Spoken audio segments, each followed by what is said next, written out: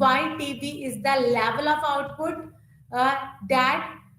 T which value of imports equal to value of imports। ਤਾਂ ਤੁਸੀਂ T ਤੇ ਦੇਖ ਸਕਦੇ ਹੋ ਕਿ value of imports ਤੇ value of exports ਕਿਨੇ equal ਨੇ। We can characterize net exports as a function of output level y। ਤਾਂ ਤੁਸੀਂ ਦੋ ਹੀ ਡਾਇਗਰਾਮਸ ਦੇ ਵਿੱਚ ਕੰਪੇਅਰ ਕਰ ਸਕਦੇ ਹੋ। ਉੱਪਰ ਤੁਹਾਨੂੰ ਕੀ ਦਿਖਾਇਆ ਗਿਆ Z ਐਕਸਪੋਰਟਸ ਦਿਖਾਏ ਹੋਏ ਨੇ ਐਂਡ A ਆਪਣੇ ਇੰਪੋਰਟ ਦਿਖਾਏ ਹੋਏ ਨੇ ਤੇ DD ਆਪਣੀ ਕੀ ਹੈ ਡੋਮੈਸਟਿਕ ਡਿਮਾਂਡ ਫॉर ਗੁੱਡਸ ਹੈ। ਤਾਂ ਤੁਸੀਂ ਇੱਥੇ ਦੇਖ ਸਕਦੇ ਹੋ ਕਿ ਜਿਹੜੀ ਡੋਮੈਸਟਿਕ ਡਿਮਾਂਡ ਫॉर ਇੱਥੇ ਪੁਆਇੰਟਸ ਨੇ A B C। ਤਾਂ ਜਿਹੜਾ ਹੈ BC ਉਹ BC ਪੁਆਇੰਟ ਕੀ ਦਿਖਾ ਰਿਹਾ ਕਿ ਸਾਡੇ ਜਿਹੜੇ ਐਕਸਪੋਰਟਸ ਨੇ ਉਹ ਗ੍ਰੇਟਰ ਦੈਨ ਕੀ ਨੇ ਇੰਪੋਰਟਸ ਨੇ ਐਂਡ AB ਪੁਆਇੰਟ ਕੀ ਦਿਖਾ ਰਿਹਾ ਕਿ ਸਾਡੇ ਜਿਹੜੇ ਇੰਪੋਰਟਸ ਨੇ ਉਹ ਘੱਟ ਨੇ। ਤਾਂ ਉਸ ਤੋਂ ਬਾਅਦ ਤੁਸੀਂ ਦੇਖ ਸਕਦੇ ਹੋ ਜਿਹੜਾ E ਪੁਆਇੰਟ ਤੋਂ ਬਾਅਦ ਜਿਹੜੀ DD ਹੈ ਮੀਨਸ ਡੋਮੈਸਟਿਕ ਡਿਮਾਂਡ ਜ਼ਿਆਦਾ ਹੈ ਐਂਡ ਜਿਹੜੇ ਆਪਣੇ ਐਕਸਪੋਰਟਸ ਨੇ ਉਹ ਕਿੰਨੇ ਘੱਟ ਨੇ। ਤਾਂ ਤੁਸੀਂ ਨੀਚੇ ਦੇਖ ਸਕਦੇ ਹੋ ਬੈਲੈਂਸ ਆਫ ਜਿਹੜਾ ਟ੍ਰੇਡ ਹੈ ਉਹ ਬੈਲੈਂਸ ਦੇ ਵਿੱਚ ਹੈ ਫੇਵਰੇਬਲ ਹੈ ਜਾਂ ਅਨਫੇਵਰੇਬਲ ਹੈ। ਤਾਂ ਜੇ ਤੁਸੀਂ ਦੇਖ ਸਕਦੇ ਹੋ ਨੀਚੇ O ਐਕਸਿਸ ਤੇ ਆਪਣੀ ਆਊਟਪੁੱਟ ਦਿਖਾਈ ਹੋਈ ਹੈ OY ਤੇ ਡਿਮਾਂਡ ਦਿਖਾਈ ਹੋਈ ਹੈ ਤਾਂ ਉੱਪਰ E ਪੁਆਇੰਟ ਤੇ ਐਕਸਪੋਰਟ ਇੰਪੋਰਟ ਇਕੁਅਲ ਹੈ। ਤਾਂ ਤੁਸੀਂ YT ਪੁਆਇੰਟ ਤੇ ਨੀਚੇ ਡਾਇਗਰਾਮ ਦੇ ਵਿੱਚ ਦੇਖ ਸਕਦੇ ਹੋ ਇੱਥੇ ਬੈਲੈਂਸ ਆਫ ਟ੍ਰੇਡ ਕੀ ਆਪਣਾ ਬੈਲੈਂਸ ਆਫ ਪੇਮੈਂਟਸ फेवरेबल है फेवरेबल बैलेंस ऑफ ट्रेड है अपना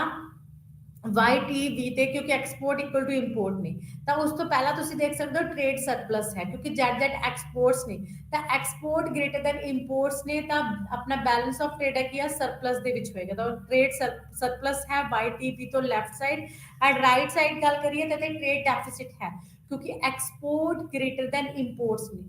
ਇੰਪੋਰਟ ਗ੍ਰੇਟਰ ਦੈਨ ਐਕਸਪੋਰਟਸ ਨੇ। ਐਕਸਪੋਰਟ ਘੱਟ ਨੇ ਇੰਪੋਰਟ ਜ਼ਿਆਦਾ ਨੇ ਤਾਂ ਬੈਲੈਂਸ ਆਫ ਟ੍ਰੇਡ ਕੀ ਹੋਏਗਾ ਡੈਫਿਸਿਟ ਦੇ ਵਿੱਚ ਹੋਏਗਾ ਅਨਫੇਵਰੇਬਲ ਹੋਏਗਾ। ਤਾਂ ਰਾਈਟ ਸਾਈਡ ਨੀਚੇ ਤੁਸੀਂ ਡਾਇਗਰਾਮ ਦੇ ਵਿੱਚ ਦੇਖ ਸਕਦੇ ਹੋ कि ट्रेड डेफिसिट है क्योंकि एक्सपोर्ट लेस देन इंपोर्ट्स ने ऊपर अपने DD ऊपर है एंड जेड नीचे है ठीक है। एंड इधर तुम देख सकते हो कि जेड़े अपना है फेवरेबल है सरप्लस है क्योंकि एक्सपोर्ट ग्रेटर देन इंपोर्ट ने। सी बी जो है साडा नीचे BC is the trade surplus this is the balance of trade जो तुम इन्हां दे विच डायग्राम्स दे विच देख सकते हो। And the next is goods market equilibrium कहते goods market equilibrium ਦੇ ਵਿੱਚ ਕਦੋਂ ਹੋਏਗਾ ਤਾਂ ਤੁਸੀਂ ਦੇਖ ਸਕਦੇ ਹੋ net exports are decreasing functions of the output as output increases import increases। ਤਾਂ ਉਸ ਤੋਂ ਬਾਅਦ equilibrium ਵਿੱਚ ਕਦੋਂ ਹੋਏਗਾ goods market ਤੁਹਾਨੂੰ ਪਤਾ ਹੈ ਕਿ goods market ਸੀ ਆਪਣਾ ਇੱਕ ਸੀਗਾ ਆਪਣਾ monetary market। goods market ਦੇ ਵਿੱਚ equilibrium ਹੁੰਦਾ ਹੈ ਮੀਨਸ ਜਿਹੜੀ ਇਨਵੈਸਟਮੈਂਟ ਸੇਵਿੰਗ ਕਰਵ ਹੈ ਉਹਦੇ ਥਰੂ ਆਪਾਂ ਗੁੱਡਸ ਦੀ ਡਿਮਾਂਡ ਤੇ ਸਪਲਾਈ ਨੂੰ ਦੱਸਦੇ ਆ ਕਿ ਕਿਸ ਤਰ੍ਹਾਂ ਗੁੱਡਸ ਦੀ ਡਿਮਾਂਡ ਤੇ ਸਪਲਾਈ ਇੱਕ ਦੂਸਰੇ ਦੇ ਕੀ ਹੁੰਦੀ ਹੈ ਇਕੁਅਲ ਹੁੰਦੀ ਆ। ਤਾਂ ਉਦੋਂ ਗੁੱਡਸ ਮਾਰਕੀਟ ਦੇ ਵਿੱਚ ਇਕੁਅਲਿਟੀ ਹੁੰਦਾ ਹੈ। ਐਂਡ ਦੂਸਰੀ ਤਰਫ ਮਨੀ ਮਾਰਕੀਟ ਜੋ ਹੈ ਆਪਣਾ ਆਪਾਂ LM ਕਰਵ ਦੇ ਥਰੂ ਦਿਖਾਉਣੇ ਜਿਹਦੇ ਵਿੱਚ ਮਨੀ ਦੀ ਡਿਮਾਂਡ ਤੇ ਮਨੀ ਦੀ ਸਪਲਾਈ ਕੀ ਹੁੰਦੀ ਹੈ ਇਕੁਅਲ ਹੁੰਦੀ ਹੈ। ਤਾਂ ਇੱਥੇ ਗੁੱਡਸ ਮਾਰਕੀਟ ਇਕੁਇਲਿਬ੍ਰੀਅਮ ਦੀ ਗੱਲ ਕੀਤੀ ਗਈ ਆ ਕਹਿੰਦੇ for the goods market to be equilibrium output must be equal to demand for domestic goods and supply of domestic goods। ऐसे तुसी देख सकते हो कि जो अपनी टोटल आउटपुट है is equal to C Y minus T plus I Y R plus G plus X Y F R minus M Y R divide by R. ऐसे सानू रिलेशंस दसे गए ने that demand for domestic goods is equal to consumptions ठीक है plus investment plus government spendings plus net exports जिन्होंने export minus import करके करते हैं ਆਪਾਂ। फर्स्टली कहते कंजम्पशन सी है ਜਿਹੜੀ ਉਹ किस चीज ਤੇ ਜਿਵੇਂ ਤੁਸੀਂ ਦੇਖ ਸਕਦੇ ਹੋ y is equal to c y minus t ਤਾਂ ਕੰਜ਼ੰਪਸ਼ਨ ਕਿਸ ਚੀਜ਼ ਤੇ ਡਿਪੈਂਡ ਆ ਇੱਕ ਤਾਂ ਕਹਿੰਦੇ ਆਪਣੀ ਇਨਕਮ ਤੇ ਡਿਪੈਂਡ ਆ ਇੱਕ ਕਹਿੰਦੇ ਇੰਟਰਸਟ ਰੇਟ ਤੇ ਡਿਪੈਂਡ ਆ। ਤਾਂ t is the interest rate ਠੀਕ ਹੈ। ਤਾਂ ਤੁਸੀਂ ਇੱਥੇ ਦੇਖ ਸਕਦੇ ਹੋ t is the disposal income ਤੇ ਆਪਣੀ ਇਨਕਮ ਤੇ ਡਿਪੈਂਡ ਆ। ਤਾਂ ਇੱਥੇ ਤੁਸੀਂ ਦੇਖ ਸਕਦੇ ਹੋ ਇਨਕਮ ਦੇ ਨਾਲ ਪੋਜ਼ਿਟਿਵ ਰਿਲੇਸ਼ਨਸ਼ਿਪ ਹੈ consumption the and disposal income ਦੇ ਨਾਲ ਵੀ ਪੋਜ਼ਿਟਿਵ ਹੈ ਐਂਡ ਪਲੱਸ ਇਨਵੈਸਟਮੈਂਟ ਕਿਸ ਚੀਜ਼ ਤੇ ਡਿਪੈਂਡ ਹੈ ਤੇ ਪਲੱਸ ਰੇਟ ਆਫ ਇੰਟਰਸਟ ਤੇ। ਇਨਵੈਸਟਮੈਂਟ ਦਾ ਇਨਕਮ ਦੇ ਨਾਲ ਪੋਜ਼ਿਟਿਵ ਰਿਲੇਸ਼ਨ ਹੈ ਐਂਡ ਰੇਟ ਆਫ ਇੰਟਰਸਟ ਦੇ ਨਾਲ ਨੈਗੇਟਿਵ ਰਿਲੇਸ਼ਨ ਹੈ ਐਂਡ ਪਲੱਸ ਗਵਰਨਮੈਂਟ ਐਕਸਪੈਂਡੀਚਰ ਦਾ ਕਿਸੇ ਦੇ ਨਾਲ ਕੋਈ ਵੀ ਇਫੈਕਟ ਨਹੀਂ ਹੈਗਾ ਪਲੱਸ ਐਕਸਪੋਰਟ ਦਾ ਜੋ ਫੋਰਨ ਇਨਕਮ ਹੈ ਉਹਦੇ ਨਾਲ ਪੋਜ਼ਿਟਿਵ ਰਿਲੇਸ਼ਨ ਹੈ ਅਤੇ ਜਿਹੜਾ ਰੇਟ ਆਫ ਇੰਟਰਸਟ ਹੈ ਉਹਦੇ ਨਾਲ ਨੈਗੇਟਿਵ ਰਿਲੇਸ਼ਨ ਹੈ। अगर फॉरेन इनकम साडे कोल ज्यादा है तो एक्सपोर्ट्स ज्यादा होंगे अगर फॉरेन इनकम घट है तो एक्सपोर्ट्स घट होंगे प्लस रेट ऑफ इंटरेस्ट घट होने एक्सपोर्ट्स ज्यादा रेट ऑफ इंटरेस्ट ज्यादा होने एक्सपोर्ट्स घट होंगे minus M.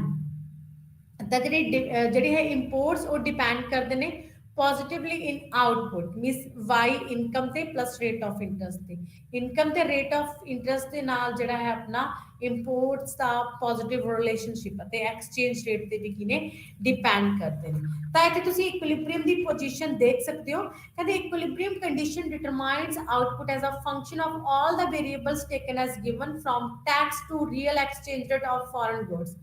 the demand is measured the vertical axis is ਤਾਂ ਇੱਥੇ y ਐਕਸਿਸ ਤੇ ਕੀ ਹੈ ਡਿਮਾਂਡ ਐਂਡ o ਐਕਸਿਸ ਤੇ ਕੀ ਹੈ ਆਪਣਾ ਹੌਰੀਜ਼ੌਂਟਲੀ ਆਊਟਪੁੱਟ ਦਿਖਾਈ ਹੋਈ ਆ ਇਕੁਇਲਿਬ੍ਰੀਅਮ ਇਨ ਗੁੱਡਸ ਮਾਰਕੀਟ ਦਿਖਾਇਆ ਹੋਇਆ ਹੈ ਤਾਂ ਇੱਥੇ ਤੁਸੀਂ ਦੇਖ ਸਕਦੇ ਹੋ Z ਪਲਾਟਸ ਆ ਜਿਹੜਾ Z ਲਾਈਨ ਆ ਜਿਹੜੀ ਉਹ 45 ਡਿਗਰੀ ਐਂਗਲ ਤੋਂ ਸਟਾਰਟ ਹੋ ਰਹੀ ਹੈ ਤਾਂ ਉਹ ਕੀ ਸ਼ੋ ਕਰ ਰਹੀ ਹੈ ਆਊਟਪੁੱਟ ਸ਼ੋ ਕਰ ਰਹੀ ਹੈ but the slope of output is less than 1 and the equilibrium output is the point where demand equals output at the interactions is the line z is equal to y ਕਹਿੰਦੇ ਅੱਗੇ ਹੈ ਆਪਣਾ ਜੋ income ਨੂੰ represent ਕਰਦੀ ਹੈ ਤਾਂ z ਆਪਣਾ ਕੀ ਡਿਪੈਂਡ z ਡਿਮਾਂਡ ਫॉर ਦਾ ਅਪਵਰਡ ਸਲੋਪਿੰਗ ਡਿਮਾਂਡ ਨੂੰ ਐਕਸਪ੍ਰੈਸ ਕਰਦੀ ਆ ਤੇ ਜਿਹੜੀ y ਹੈ ਆਪਣੀ ਆਊਟਪੁੱਟ ਨੂੰ ਐਕਸਪ੍ਰੈਸ ਕਰਦੀ ਹੈ ਤਾਂ ਤੁਸੀਂ ਇੱਥੇ ਦੇਖ ਸਕਦੇ ਹੋ ਇੱਥੇ ਡਿਮਾਂਡ ਤੇ ਜਿਹੜੀ ਆਊਟਪੁੱਟ ਹੈ ਇਕੁਅਲ ਹੈ ਤੇ ਇਕੁਇਲਿਬ੍ਰੀਅਮ ਇਨ ਦਾ ਗੁੱਡਸ ਮਾਰਕੀਟਸ ਅਟੇਨ ਇਕੁਇਲਿਬ੍ਰੀਅਮ ਕਹਿੰਦੇ ਗੁੱਡਸ ਮਾਰਕੀਟ ਦੇ ਵਿੱਚ ਉੱਥੇ ਅਟੇਨ ਕੀਤਾ ਜਾ ਸਕਦਾ ਹੈ ਜਿੱਥੇ ਕਹਿੰਦੇ z ਲਾਈਨ ਆ ਜਿਹੜੀ ਉਹ y z ਲਾਈਨ ਨੂੰ ਕੀ ਕਰੇਗੀ ਕੱਟ ਕਰੇਗੀ ਤਾਂ ਇੱਥੇ ਦੇਖ ਸਕਦੇ ਹੋ ਇਕੁਇਲਿਬ੍ਰੀਅਮ ਲੈਵਲ ਆਫ ਆਊਟਪੁੱਟ ਕਿੰਨੀ ਹੈ y ਸਟਾਰ ਹੈ and a is a equilibrium point ਜਿੱਥੇ z ਐਂਡ y z ਇੱਕ ਦੂਸਰੇ ਨੂੰ ਕੱਟ ਕਰ ਰਹੇ ਨੇ ਮਿਸ ਡਿਮਾਂਡ ਐਂਡ ਸਪਲਾਈ ਇੱਕ ਦੂਸਰੇ ਨੂੰ ਕੱਟ ਕਰੀਏ ਗੁੱਡਸ ਮਾਰਕੀਟ ਇਕੁਇਲਿਬ੍ਰੀਅਮ ਦੇ ਵਿੱਚ and the next is the net exports ਕਹਿੰਦੇ ਨੈਟ ਐਕਸਪੋਰਟਸ ਕੀ ਹੁੰਦਾ ਹੈ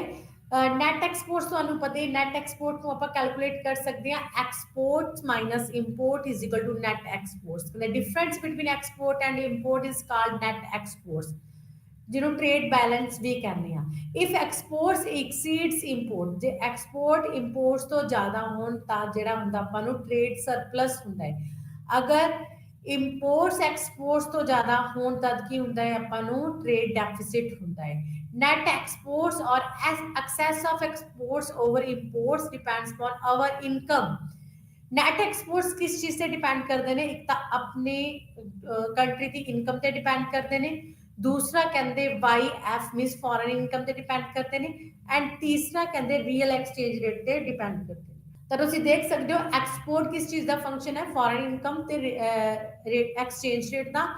ਐਂਡ ਇੰਪੋਰਟ ਕਿਸ ਚੀਜ਼ ਦਾ ਫੰਕਸ਼ਨ ਹੈ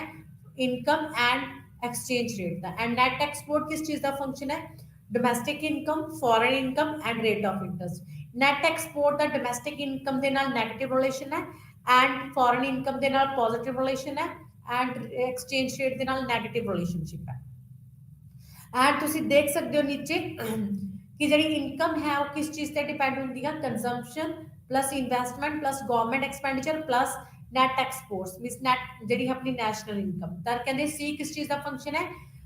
इनकम एंड जी अपनी डिस्पोजल इनकम है आई income and rate of interest का जी गवर्नमेंट एक्सपेंडिचर में कोई भी चीज अफेक्ट नहीं करती net exports income foreign income and rate of interest का ते नीचे इन्होंने रिलेशनशिप्स दसे हुए ने C bracket y minus T कहते सी द इनकम ते डिस्पोजल इनकम दे नाल पॉजिटिव रिलेशनशिप एंड इन्वेस्टमेंट दा इनकम दे नाल positive and rate of interest दे नाल नेगेटिव एंड नेट एक्सपोर्ट दा इनकम दे नाल डोमेस्टिक इनकम दे नाल नेगेटिव एंड फॉरेन इनकम दे नाल पॉजिटिव एंड एक्सचेंज रेट दे नाल नेगेटिव रिलेशनशिप है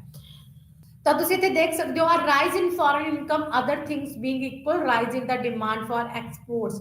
फॉरेन इनकम अगर अपने को इंक्रीज हो जाए इट्स मींस एक्सपोर्ट्स इंक्रीज होंगे ने improve the home countries trade balance and therefore rise the home countries aggregate demand increase in real exchange rate to decrease in net exports a real application of dollar against euro will make imports cheaper for the USA residents an increase in interest rate lead to decrease in investment spending as a result to decrease in the demand for domestic goods it leads through the multipliers to the decrease in output this is the relationship between the net exports and other things the IS curve in open economy ਕਹਿੰਦੇ open economy ਦੇ ਵਿੱਚ IS curve ਦਾ ਕੀ role ਹੈ IS curve ਕੀ ਹੁੰਦੀ ਹੈ investment saving curve ਜੋ goods market ਦੀ curve ਹੈ IS curves show the equilibrium level of GDP associated with interest rate GDP gross domestic production है, GDP is in equilibrium when desired expenditure and aggregate demand equal actual input। कहते aggregate demand ਜਦੋਂ aggregate ਜਿਹੜੀ output है ਉਹਦੇ equal ਹੁੰਦੀ ਹੈ, aggregate supply ਦੇ equal ਹੁੰਦੀ ਹੈ, ਉਦੋਂ ਕਹਿੰਦੇ ਕੀ ਹੁੰਦਾ open economy ਦੇ ਵਿੱਚ ਕਹਿੰਦੇ equilibrium ਦੀ position ਹੁੰਦੀ ਆ। Open economy IS curve includes net exports as the component of aggregate demand। ਕਹਿੰਦੇ ਜਿਹੜੀ ਐਗਰੀਗੇਟ ਡਿਮਾਂਡ ਦੇ ਨਾਲ ਨਾਲ ਓਪਨ ਇਕਨੋਮੀ ਦੇ ਵਿੱਚ ਕੀ ਆ ਜਿਹੜੀ ਆਪਣੀ ਐਕਸਟਰਨਲ ਡਿਮਾਂਡ ਹੁੰਦੀ ਹੈ ਓਪਨ ਇਕਨੋਮੀ ਦੇ ਵਿੱਚ ਉਹ ਵੀ ਕੈਲਕੂਲੇਟ ਹੁੰਦੀ ਹੈ। The equation of IS curve is derived by equating output to aggregate demand which includes consumption, investment, government expenditure and net exports ਵੀ ਕਹਿੰਦੇ ਇਨਵੈਸਟਮੈਂਟ ਸੇਵਿੰਗ ਕਰਵ ਦੇ ਵਿੱਚ ਹੁੰਦੇ ਨੇ ਓਪਨ ਇਕਨੋਮੀ ਦੇ ਵਿੱਚ। ਜਿਵੇਂ ਕਿ ਤੁਸੀਂ ਇੱਥੇ ਦੇਖ ਸਕਦੇ ਹੋ equilibrium in goods and financial market. Goods and financial market ਦੇ ਵਿੱਚ ਇਕੁਇਲਿਬ੍ਰੀਅਮ ਉੱਥੇ ਹੋਏਗਾ ਜਿੱਥੇ ਆਈਐਸ ਤੇ ਐਲਐਮ ਕਰਵ ਇੱਕ ਦੂਸਰੇ ਨੂੰ ਕੱਟ ਕਰਨਗੇ। ਤਾਂ ਇੱਥੇ ਓਪਨ ਮਾਰਕੀਟ ਹੈ, ਓਪਨ ਮਾਰਕੀਟ ਦੇ ਵਿੱਚ ਇਕੁਇਲਿਬ੍ਰੀਅਮ ਦੀ ਪੋਜੀਸ਼ਨ ਹੈ। OX ਅਕਸ਼ ਤੇ ਆਊਟਪੁੱਟ ਲਿਖਤਾ ਹੋਇਆ ਹੈ ਐਂਡ OY ਅਕਸ਼ ਤੇ ਰੇਟ ਆਫ ਇੰਟਰਸਟ ਲਿਖਤਾ ਹੋਇਆ ਹੈ। And y is equal to c y minus t। y किस चीज का y output total output is equal to c consumption किस चीज का फंक्शन है y minus t plus investment किस चीज का फंक्शन है y r and g government expenditure net export किस चीज का फंक्शन है y फॉरेन इनकम ते r। ਤੇ ਇੱਥੇ ਜੋ ਹੈ left right upward this is the LM curve ਜੋ ਮੋਨਿਟਰੀ ਮਾਰਕੀਟ ਦੀ ਕਰਵ ਹੈ ਜੋ ਮੋਨਿਟਰੀ ਮਾਰਕੀਟ ਦੇ ਵਿੱਚ ਇਕੁਇਲਿਬ੍ਰੀਅਮ ਨੂੰ ਦੱਸ ਰਹੀ ਹੈ ਜਿੱਥੇ ਡਿਮਾਂਡ ਮਨੀ ਦੀ ਐਂਡ ਸਪਲਾਈ ਕੀ ਹੈ ਇਕੁਅਲ ਹੈ। And IS curve goods market ਦੀ ਕਰਵ ਹੈ ਜੋ ਗੁੱਡਸ ਮਾਰਕੀਟ ਦੇ ਵਿੱਚ ਇਕੁਇਲਿਬ੍ਰੀਅਮ ਦੱਸ ਰਹੀ ਹੈ ਜਿੱਥੇ ਗੁੱਡਸ ਮਾਰਕੀਟ ਦੇ ਵਿੱਚ ਗੁੱਡਸ ਦੀ ਡਿਮਾਂਡ ਤੇ ਸਪਲਾਈ ਕੀ ਹੈ ਇਕੁਅਲ ਹੈ। ਐਂਡ ਇਹ ਕੀ ਹੈ ਇਕੁਇਲਿਬ੍ਰੀਅਮ ਦੀ ਪੋਜੀਸ਼ਨ ਹੈ ਜਿੱਥੇ ਕਹਿੰਦੇ ਐਲਐਮ ਕਰਵ ਤੇ ਆਈਐਸ ਕਰਵ ਇੱਕ ਦੂਸਰੇ ਨੂੰ ਕੀ ਨੇ ਕੱਟ ਰਹੇ ਨੇ। ਤਾਂ ਇਹ is a equilibrium position in goods market and financial market ਜਿੱਥੇ ਕਹਿੰਦੇ ਫਾਈਨੈਂਸ਼ੀਅਲ ਮਾਰਕੀਟ ਦੇ ਵਿੱਚ rate of interest R dash fix ਕੀਤਾ ਗਿਆ ਹੈ ਐਂਡ ਵਾਈ ਡੈਸ਼ ਕੀ ਹੈ ਜੋ ਆਪਣਾ output fix ਕੀਤੀ ਗਈ ਤਾਂ y dash is the equilibrium output and r dash is the equilibrium rate of interest and a is the position of equilibrium। and the next is shift in is curve। ਕਹਿੰਦੇ ਜਿਹੜੀ is curve ਹੈ ਇਹਦੇ ਵਿੱਚ shift ਵੀ ਹੋ ਸਕਦੀ ਹੈ ਤਾਂ is curve shift ਕੀ ਹੋਏਗੀ and increase in exogenous spending shift in the z curve up in the ਜਦੋਂ ਕਹਿੰਦੇ ਆਪਾਂ ਇਨਵੈਸਟਮੈਂਟ ਇਨਕਰੀਜ਼ ਕਰਦੇ ਆ ਠੀਕ ਹੈ ਤਾਂ ਆਈਐਸ ਕਰਵ ਕੀ ਰਾਈਟ ਸਾਈਡ ਆਪਣੀ ਸ਼ਿਫਟ ਹੋ ਜਾਂਦੀ ਆ ਜਦੋਂ ਐਕਸੋਜੀਨੀਅਸ ਸਪੈਂਡਿੰਗ ਜ਼ਿਆਦਾ ਕਰਦੇ ਆ। In open economy change in real exchange rate R and foreign income Y T shift ਦਾ ਆਈਐਸ ਕਰਵ ਦਾ ਜਿਹੜੀ ਹੈ ਆਪਣੀ ਟ੍ਰਾਂਸਫਰ ਇਨਕਮ ਠੀਕ ਹੈ ਉਹ ਸ਼ਿਫਟ ਕਰਦੀ ਆ ਫੋਰਨ ਇਨਕਮ ਸ਼ਿਫਟ ਕਰਦੀ ਆ ਆਪਣੀ ਆਈਐਸ ਕਰਵ ਨੂੰ ਜਿਹਦੇ ਥਰੂ ਕੀ ਆ ਆਪਣੀ ਜਿਹੜੀ ਐਂਟੋਨਮਸ ਕੰਜ਼ੰਪਸ਼ਨ ਹੈ ਉਹ ਇਨਕਰੀਜ਼ ਹੋ ਜਾਂਦੀ ਹੈ government expenditure and tax rate increase ਹੋ ਜਾਂਦਾ ਹੈ ਅ ਡੈਪਰੀਸੀਏਸ਼ਨ increase in real exchange rate increases the demand for domestic goods shifting the is curve out and to the right। ਕਹਿੰਦੇ ਜਦੋਂ ਐਕਸੋਜੀਨੀਅਸ ਸਪੈਂਡਿੰਗਸ ਫੋਰਨ ਐਕਸਪੈਂਡਿੰਗ ਹੈ ਜਿਹੜੀ ਉਹ ਜ਼ਿਆਦਾ ਹੋ ਜਾਂਦੀ ਹੈ ਮੀਨਸ ਆਪਾਂ ਐਕਸਪੋਰਟ ਜ਼ਿਆਦਾ ਕਰਨ ਲੱਗਦੇ ਆ ਤਾਂ ਆਪਣੇ ਕੋਲ ਕਰੰਸੀ ਜ਼ਿਆਦਾ ਹੁੰਦੀ ਹੈ ਜਿਹਦੇ ਥਰੂ ਕਹਿੰਦੇ ਕੰਜ਼ੰਪਸ਼ਨ ਗਵਰਨਮੈਂਟ ਐਕਸਪੈਂਡੀਚਰ ਤੇ ਇਨਵੈਸਟਮੈਂਟ ਜ਼ਿਆਦਾ ਹੁੰਦੀ ਆ ਤੇ ਜਿਹਦੇ ਥਰੂ ਜਿਹੜੀ ਆਪਣੀ ਆਈਐਸ ਕਰਵ ਆ ਕੀ ਹੈ ਰਾਈਟ ਵਰਡ ਸ਼ਿਫਟ ਹੋ ਜਾਂਦੇ ਜਿਵੇਂ ਕਿ ਤੁਸੀਂ ਡਾਇਗਰਾਮ ਦੇ ਵਿੱਚ ਦੇਖ ਸਕਦੇ ਹੋ OX ਅਕਸ਼ ਤੇ ਆਊਟਪੁੱਟ ਹੈ ਐਂਡ OY ਤੇ ਰੇਟ ਆਫ ਇੰਟਰਸਟ ਦਿਖਾਇਆ ਹੋਇਆ ਹੈ। IS ਇਜ਼ ਦਾ ਇਨੀਸ਼ੀਅਲ ਜਿਹੜੀ ਹੈ investment saving curve goods market ਦੇ ਵਿੱਚ ਤੇ ਉਸ ਤੋਂ ਬਾਅਦ ਅਗਰ ਕਹਿੰਦੇ ਐਕਸੋਜੀਨੀਅਸ ਸਪੈਂਡਿੰਗ ਇਨਕਰੀਜ਼ ਹੋਗੀ ਤਾਂ ਕੰਜ਼ੰਪਸ਼ਨ ਗਵਰਨਮੈਂਟ ਐਕਸਪੈਂਡੀਚਰ ਤੇ ਇਨਵੈਸਟਮੈਂਟ ਇਨਕਰੀਜ਼ ਹੋਏਗੀ ਤੇ ਆਈਐਸ ਕਰਵ ਆਪਣੀ ਕੀ ਹੋ ਜਾਏਗੀ ਰਾਈਟ ਵਰਡ ਸ਼ਿਫਟ ਹੋ ਜਾਏਗੀ। ਰਾਈਟ ਵਰਡ ਸ਼ਿਫਟ ਹੋ ਕੇ ਕਹਿੰਦੇ ਆਈਐਸ ਡੈਸ਼ ਹੋ ਜਾਏਗੀ ਜੋ ਕਹਿੰਦੇ E1 ਪੁਆਇੰਟ ਤੇ ਕੀ ਹੈ ਨਿਊ ਇਕੁਇਲਿਬ੍ਰੀਅਮ ਸ਼ੋ ਕਰੇਗੀ ਜਿਹਦੇ ਥਰੂ ਰੇਟ ਆਫ ਇੰਟਰਸਟ ਦੇ ਵਿੱਚ ਵੀ ਇਨਕਰੀਜ਼ ਹੋ ਜਾਏਗਾ ਤੇ ਆਊਟਪੁੱਟ ਵੀ ਆਪਣੀ ਕੀ ਹੈ ਇਨਕਰੀਜ਼ ਹੋ ਜਾਏਗੀ OY ਤੋਂ Y1 ਹੋ ਜਾਏਗੀ। ਕਹਿੰਦੇ ਜੇ ਐਕਸੋਜੀਨੀਅਸ ਜਿਹੜੀ ਸਪੈਂਡਿੰਗ ਹੈ ਡਿਕਰੀਜ਼ ਹੋਗੀ एक्सपोर्ट डिक्रीज हो गए तो इट्स मीनस किया फॉरेन करेंसी अपनी कंट्री ਦੇ ਵਿੱਚ ਘਟ ਆ ਰਹੀ ਹੈ ठीक है फॉरेन इनकम घट है तो इट्स मीनस कंजम्पशन एक्सपेंडिचर घटेगी इन्वेस्टमेंट भी घटेगी जिसके थ्रू आईएस कर्व किया लेफ्ट साइड शिफ्ट हो जाएगी। लेफ्ट साइड शिफ्ट होकर न्यू इक्विलिब्रियम ई बनेगा जो सानू दिखा रहा है कि रेट ऑफ इंटरेस्ट भी कट गया रेट ऑफ इंटरेस्ट कट के आर डैश तो आर रह गया एंड इनकम भी कट के वाई डैश तो कितनी रहेगी वाई डैश रहेगी। इस तरह जी अपनी आईएस कर्व है वो राइटवर्ड ते लेफ्टवर्ड किया वो शिफ्ट होएगी। उस तो बाद है कैपिटल मोबिलिटी। कैपिटल मोबिलिटी है कि international capital flows and the trade balances. Capital mobility ਦੇ ਵਿੱਚ ਕੀ ਹੈ ਕਹਿੰਦੇ ਇਹ ਰਿਲੇਸ਼ਨਸ਼ਿਪ ਦੱਸਦੀ ਹੈ ਸਾਨੂੰ between the international capital flow and trade balance ਦੇ ਵਿੱਚ ਕੀ ਰਿਲੇਸ਼ਨਸ਼ਿਪ ਹੈ ਜਿਵੇਂ ਕਿ ਤੁਸੀਂ ਇਕੁਏਸ਼ਨਸ ਦੇ ਵਿੱਚ ਦੇਖ ਸਕਦੇ ਹੋ, ਕਹਿੰਦੇ ਅਗਰ ਆਪਾਂ ਸਿਰਫ ਡੋਮੈਸਟਿਕ ਫਲੋ ਦੇਖ ਰਹੇ ਹਾਂ ਤਾਂ C+I+G 3 ਸੈਕਟਰਸ ਦੇ ਵਿੱਚ ਹੈ ਜੋ ਟ੍ਰੇਡ ਹੋ ਰਹੀ ਹੈ। ਇਨਵੈਸਟਮੈਂਟ ਰਵਾਂਗੇ, ਇਸ ਤਰ੍ਹਾਂ ਕੈਪੀਟਲ ਮੋਬਿਲਿਟੀ ਹੋਏਗੀ, ਇਨਵੈਸਟਮੈਂਟ ਟੂ ਸੇਵਿੰਗ ਹੋਏਗੀ, ਠੀਕ ਹੈ, ਜਿਹਦਾ ਕਹਿੰਦੇ ਨੈਟ ਐਕਸਪੋਰਟਸ ਤੇ ਵੀ ਕੀ ਪਏਗਾ, ਅਫੈਕਟ ਪਏਗਾ। ਐਂਡ ਬੈਲੈਂਸ ਆਫ ਪੇਮੈਂਟਸ ਤੇ ਕੈਪੀਟਲ ਫਲੋਜ਼ ਦੇ ਵਿੱਚ ਵੀ ਆਪਸ ਦੇ ਵਿੱਚ ਕੀ ਹੈ, ਰਿਲੇਸ਼ਨਸ਼ਿਪ ਹੈ। ਤੇ ਇਹ ਸੀ ਆਪਣਾ ਅੱਜ ਦਾ ਟੌਪਿਕ, ਜਿਹਦੇ ਵਿੱਚ ਆਪਾਂ ਨੇ ਐਕਸਟਰਨਲ ਤੇ ਇੰਟਰਨਲ ਬੈਲੈਂਸ ਦੇਖਿਆ ਹੈ, ਤੇ ਕੈਪੀਟਲ ਤੇ ਕਰੰਟ ਜਿਹੜਾ ਹੈ ਫਲੋ ਦੀ ਗੱਲ ਕੀਤੀ ਹੈ, ਤੇ ਟ੍ਰੇਡ ਬੈਲੈਂਸ ਤੇ ਬੈਲੈਂਸ ਆਫ ਪੇਮੈਂਟ ਦੀ ਗੱਲ ਕੀਤੀ ਹੈ ਕਿ ਕਿਸ ਤਰ੍ਹਾਂ ਫੇਵਰੇਬਲ ਤੇ ਅਨਫੇਵਰੇਬਲ ਹੋ ਸਕਦਾ ਹੈ, ਤੇ ਆਈਐਸ ਕਰਵ ਦਾ ਓਪਨ ਇਕਨੋਮੀ ਦੇ ਵਿੱਚ ਕੀ ਰੋਲ ਹੈ, ਤੇ ਆਈਐਸ ਕਰਵ ਆ ਜਿਹੜੀ ਉਹ ਕਿਸ ਤਰ੍ਹਾਂ ਰਾਈਟ ਸਾਈਡ ਤੇ ਲੈਫਟ ਸਾਈਡ ਸ਼ਿਫਟ ਹੁੰਦੀ ਹੈ। ਤੇ ਪਾਲਿਸੀ ਡਾਇਨਾਮਿਕਸ ਦੇ ਵਿੱਚ ਕੀ ਆ ਕਿ ਆਪਾਂ ਨੂੰ ਜਿਹੜਾ ਹੈ ਤੁਸੀਂ ਇਸ ਡਾਇਗਰਾਮ ਦੇ ਵਿੱਚ ਦੇਖ ਸਕਦੇ ਹੋ ਐਕਸਟਰਨਲ ਵਰਸਸ ਇੰਟਰਨਲ ਬੈਲੈਂਸਿਸ, ਕਿ ਕਿਸ ਤਰ੍ਹਾਂ ਇੰਟਰਨਲ ਤੇ ਐਕਸਟਰਨਲੀ ਡੈਫਿਸਿਟ ਐਂਡ ਸਰਪਲਸ ਆਉਂਦਾ ਹੈ, ਬੈਲੈਂਸ ਆਫ ਪੇਮੈਂਟਸ ਸਰਪਲਸ ਦੇ ਵਿੱਚ ਕਦੋਂ ਹੁੰਦਾ ਹੈ ਐਂਡ ਡੈਫਿਸਿਟ ਦੇ ਵਿੱਚ ਕਦੋਂ ਹੁੰਦਾ ਹੈ। ਜਦੋਂ ਬੈਲੈਂਸ ਆਫ ਪੇਮੈਂਟ ਸਰਪਲਸ ਦੇ ਵਿੱਚ ਹੋਏਗਾ ਤਾਂ ਅਨਇੰਪਲੋਇਮੈਂਟ ਕੀ ਰਿਡਿਊਸ ਹੋਏਗੀ, ਇੰਪਲੋਇਮੈਂਟ ਇੰਕਰੀਜ਼ ਹੋਏਗੀ। ਅਗਰ ਬੈਲੈਂਸ ਆਫ ਪੇਮੈਂਟ ਡੈਫਿਸਿਟ ਦੇ ਵਿੱਚ ਹੋਏਗਾ ਤਾਂ ਅਨਇੰਪਲੋਇਮੈਂਟ ਇੰਕਰੀਜ਼ ਹੋਏਗੀ ਐਂਡ ਆਪਣਾ ਜੋ ਹੈ ਅਨਇੰਪਲੋਇਮੈਂਟ ਇੰਕਰੀਜ਼ ਹੋਏਗੀ।